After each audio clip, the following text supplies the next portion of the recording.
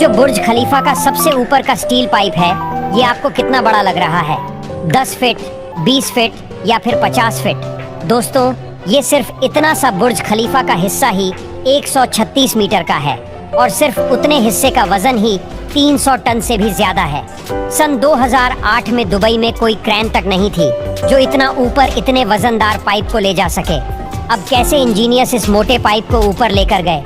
इसके अलावा steel pipe के ऊपर ये कुछ डिवाइस लगा है, ये किस काम आता है? कैसे ये डिवाइस पिछले 13 सालों से दुबई को बचा रहा है? सबसे पहले तो आप ये जान लीजिए कि ये ऊपरी हिस्सा किस काम आता है। इस स्टील पाइप का कोई तो काम होगा। दरअसल अगर दोस्तों ये ना होता तो बुर्ज खलीफा कभी भी टूट सकता था।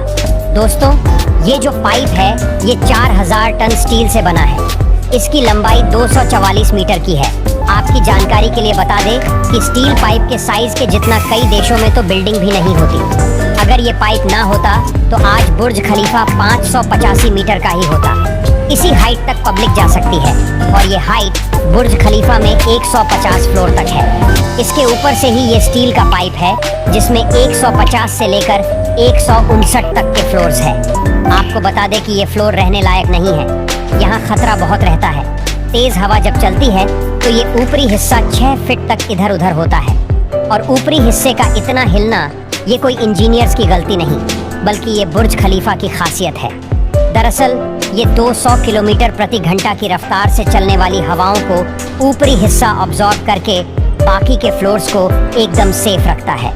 अमेरिकन इंजीनियर विलियम बेकर ने इसके डिजाइन को बनाया था और इनके डिजाइन के मुताबिक ये हवाओं को रोकता ही नहीं बल्कि कंफ्यूज भी करता है। बुर्ज खलीफा के ये जो 154 फ्लोर्स है वो बटर्स वॉल के सहारे खड़े हैं और बाकी के बचे हुए ऊपर के फ्लोर स्टील के सहारे खड़े हैं। अब अगर ये स्टील ना होती तो ऊपर के माले हिलने पर कंक्रीट में क्रैक्स जरूर आ जाते और बाकी के सारे फ्लोर्स बर्बाद हो जाते और इसीलिए ऊपर से इसे स्टील से बनाया गया है। इसके अलावा आप यकीन नहीं करेंगे कि बुर्ज खलीफा के टॉप पर लगा ये डिवाइस दुबई को पिछले 13 सालों से बचा रहा है।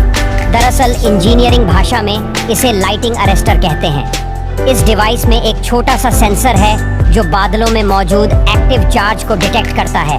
अब ये लाइटिंग अरेस्टर इसका ऑपोजिट चार्ज जनरेट करके लाइटनिंग को अपनी तरफ खींच लेता है और इसके बाद स्टील की मोटी वायर के जरिए ये सारा करंट पूरी बिल्डिंग को बचाता हुआ नीचे धरती में चला जाता है।